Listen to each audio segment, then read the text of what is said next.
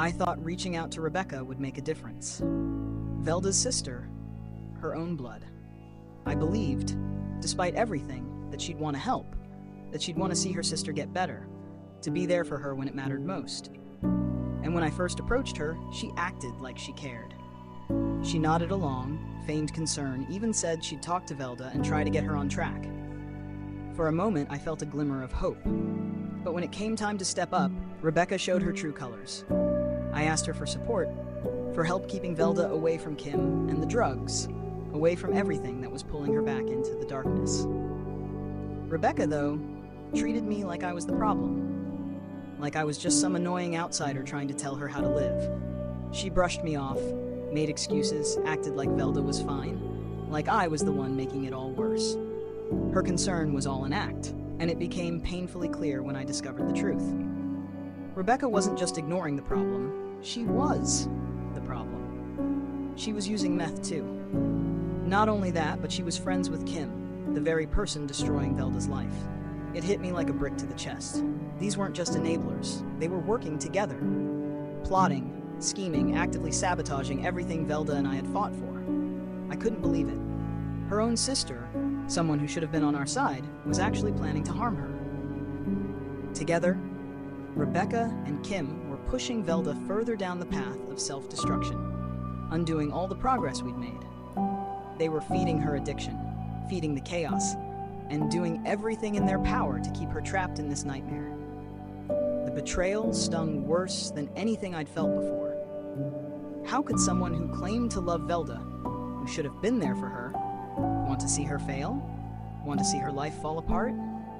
It wasn't just about the drugs anymore. It was about control, about keeping Velda under their thumb so they could manipulate and use her as they pleased. I had been fighting so hard, trying to get Velda clean, to keep her safe, to get her son back, to build a future where she could be the mother she wanted to be. And all the while, these two were plotting behind my back, laughing at my efforts, determined to see us fail. It's hard to explain the rage that burned inside me when I found out. Rage at them, but also rage at the situation, at how unfair it all was. We were so close to turning things around, but every step forward was met with another ambush, another person trying to drag her back down. Rebecca was supposed to be family, but she wasn't interested in saving Velda. She was interested in keeping her down, in keeping her in that world of addiction and chaos, where they could all stay stuck together. And Kim was right there with her, doing everything she could to keep Velda under her thumb. It made me sick. I had to protect Velda from the people who were supposed to love her. Her own sister, her so-called friends. They didn't want to see her get better. They wanted her broken, dependent, and lost, just like them. But I wasn't going to let that happen. Not now, not ever. I would keep fighting, no matter how many people tried to sabotage us. Because Velda deserves better than that. She deserves a chance at life, at being a mother, at being free from all this toxic mess. And if Rebecca and Kim thought they could keep her trapped, they were dead wrong. This wasn't over, not by a long shot.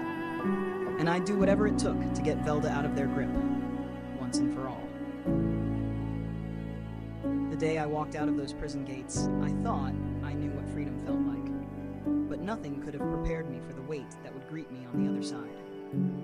10 years is a long time. Long enough to lose almost everything and have to start again. And I did start again. I found Christ in that dark, cold place. I found myself too. I reached out to the people I'd hurt, tried to rebuild, brick by brick, with every ounce of strength I had left. But life is funny like that. Just when you think you've got a foothold, when you think you've got a chance to make things right, it throws you another blow. One you can't fight, no matter how hard you pray. It was only a few weeks after I got out when I got the call. Brain cancer. Terminal. My adoptive father, the man who had been my rock since I was 17, the man who helped me raise my daughter, the one person who never left my side through the trial, the sentencing, the endless appeals, he was dying. I was free, but I was losing the man who had taught me what real love looked like. It wasn't just love he gave me, though. It was purpose, a reason to keep going when all seemed lost. Even when I was at my lowest, he was there, fighting for me when I couldn't fight for myself. How do you say goodbye to someone like that?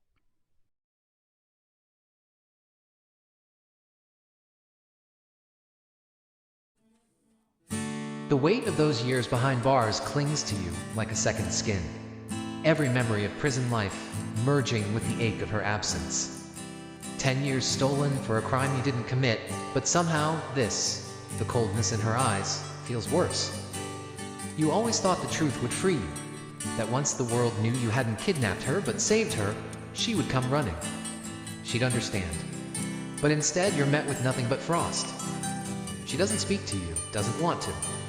The few conversations you've had were stilted, awkward, like trying to reach someone standing miles away. Her voice, sharp and unforgiving, echoes in your mind long after you hang up, cutting deeper than any prison yard insult ever could. They taught her to hate you, poisoned her against you. It's in the way she looks at you in those rare encounters, or worse, the way she avoids looking at you at all. And then there are the photos, delivered with indifference, sometimes even a hint of pity, like you're some beggar pleading for scraps of her life. Each snapshot tells a story you're no longer a part of. A birthday cake, candles you never lit, milestones you never witnessed.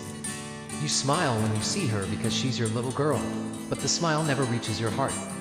It's hollow, just like the space she should have filled. The videos are worse. Watching her move, laugh, live a life without you. It's like staring at the world through a one-way mirror. She's vibrant, full of life, but you're a ghost, standing on the other side, unseen and unacknowledged. You wonder sometimes if she'll ever know the truth, if she'll care. Because the truth doesn't seem to matter anymore. Just the story they've told her, the lies that have shaped her view of you. And maybe, even if she knew, it wouldn't change anything. Maybe the damage is too deep, the distance too vast. So, you stay silent. You bear the weight alone, hoping against hope that one day she'll see you. Not the monster they made you out to be, but the father who sacrificed everything for her. The father who never gave up, even when the world did.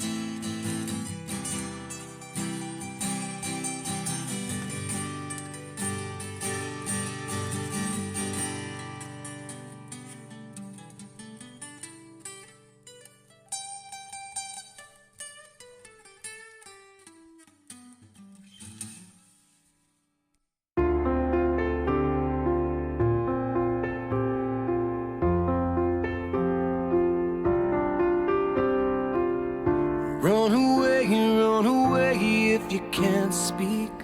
Turn a page on a world that you don't need.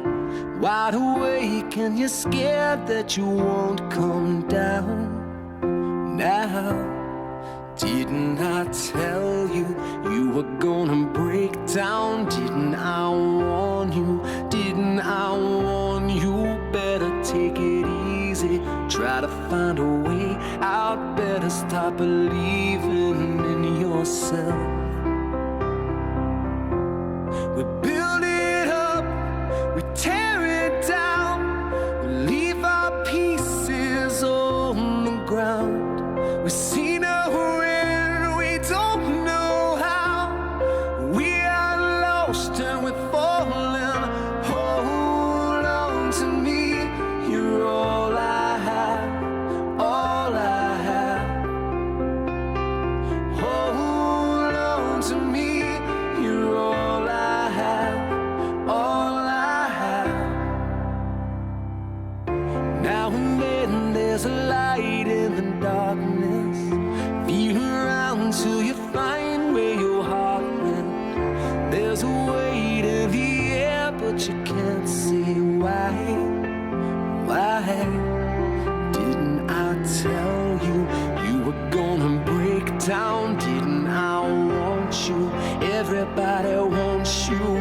me what you're needing, giving to your bleeding, never any feeling for yourself. You build it up, we tear it down, we leave our pieces on the ground. We see no end, we don't know how. We are lost and we're falling. Hold on to me, you're all I have, all I have. Hold on to me, you're all I have, all I have.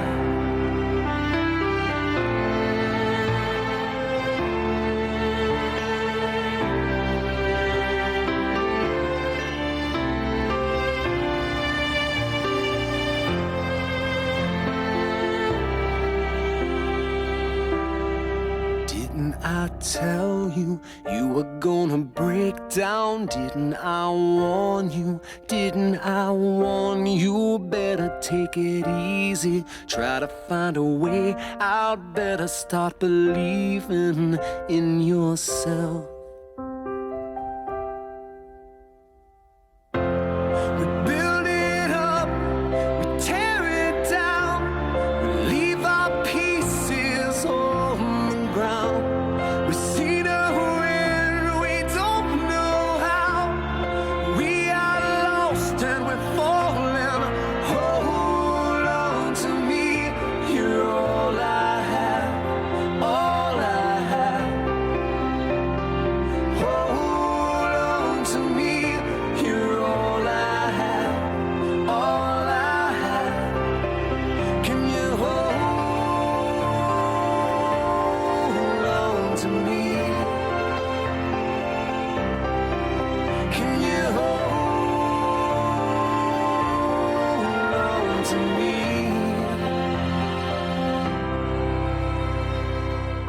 Run away if you can't speak.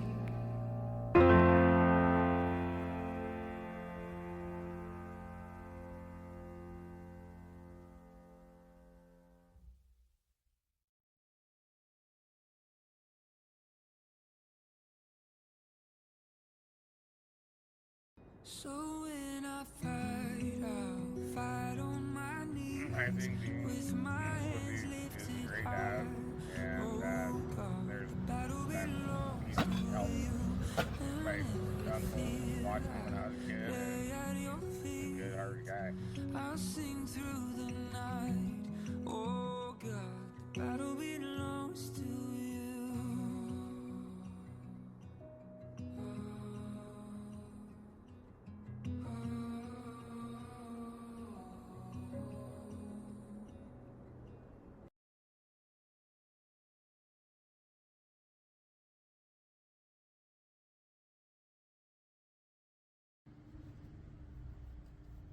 Take one, action. Good job, awesome.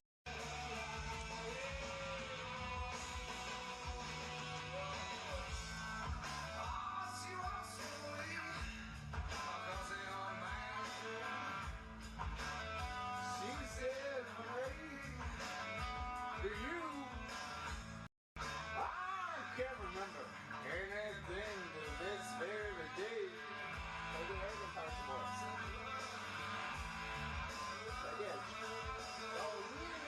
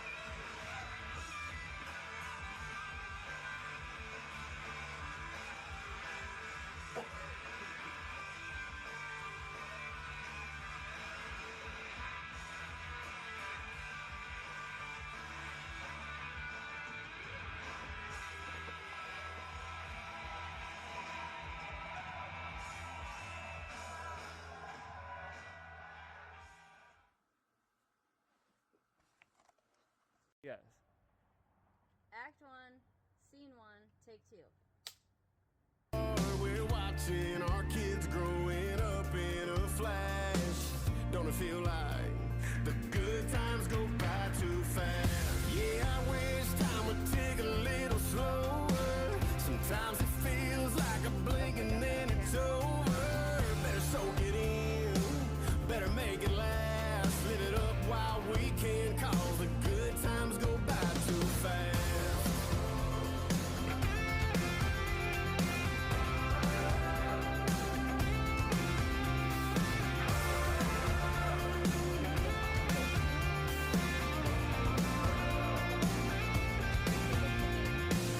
Before you know it, your baby's having babies. You're 21, close your eyes, then you're 80. So laugh every laugh like it's your last, cause you can't get them back.